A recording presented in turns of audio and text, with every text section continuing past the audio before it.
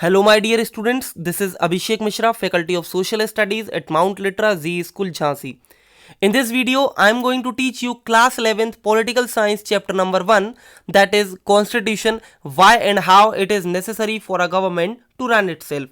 So, in my last video, we have seen some of the basic functions that a constitution performs. So, in this video, directly we are going to start the topic, the authority of a constitution. Authority of a constitution means what are the powers that are given to a constitution, how it becomes effective, what are the further questions that are related to a constitution in a country. So let's start. See, there are some questions like what is a constitution, how effective it is, and is a constitution just or not.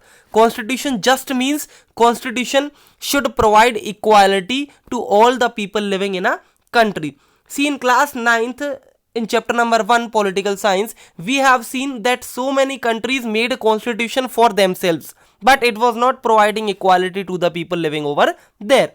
So here we are going to take a deep meaning of constitution.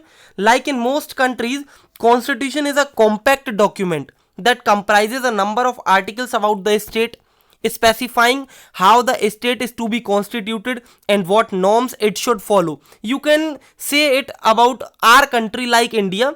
India is having a compact document for itself, and in this compact document so many articles are written which tells the duty of state government and central government, and they also tells how the government should be constituted. So when we ask for the constitution of a country, we are usually referring to this document which is having rules and regulation and the constitution of that government. But in some countries it's not like that of our country. They are having that compact document. They may have the series of documents, or they can have an unwritten constitution, that is also known as uncodified constitution.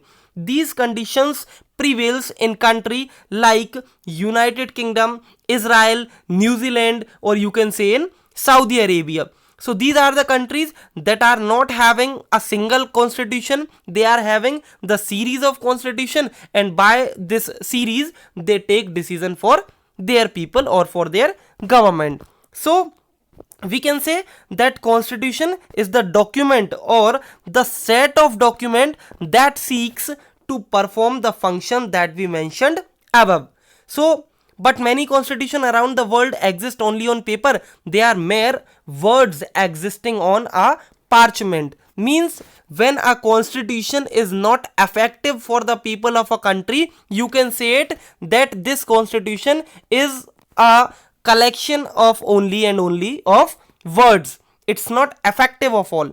So the crucial question is, how effective is a constitution? What makes it effective?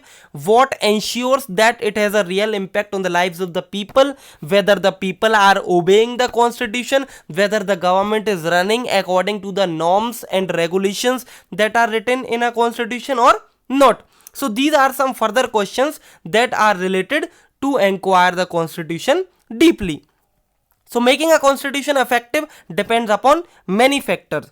In the next topic, that is mode of promulgation, we are going to see that how the constitution of our country came into being. So who crafted the constitution and how much authority did they have? See, the political leaders, those who made constitution for our country, they were not subjected to ask any of the thing about constitution to any of the citizens from our country. Whatever they wrote in our constitution, that was their experience, and this experience they took from the national movements that they were in part of. So in many countries, constitution remain defunct. Defunct means it is just only in a written form. People are not following it because they are crafted by military leaders or leaders who are not popular and do not have the ability to carry the people with them. See, when the constitution is not written, aftermath, the consensus of the people, when people does not give their consent to the constitution of a country, they do not follow it, and constitution becomes defunct. So the most successful constitutions like India, South Africa and the United States are constitutions which were created in the aftermath of popular national movements. As I had told you earlier, that Indian constitution was written after the experience that was taken by our political leaders from the national movements that they did against the Britishers. So although India's constitution was formally created by a constituent assembly between December 1946 and November 1949, it drew upon a long history of the nationalist movement that had a remarkable ability to take along different sections of Indian society together. See, this constituent assembly was consisted of 299 members, and these members came from the different territories of our country. So they have their different interest, and they all had taken their experience from the nationalist movement. That's why they drew a constitution that is beneficial for each and everyone in our country. So this is it in my video today. Rest of the topics I am going to cover in my next video. Till then, thank you.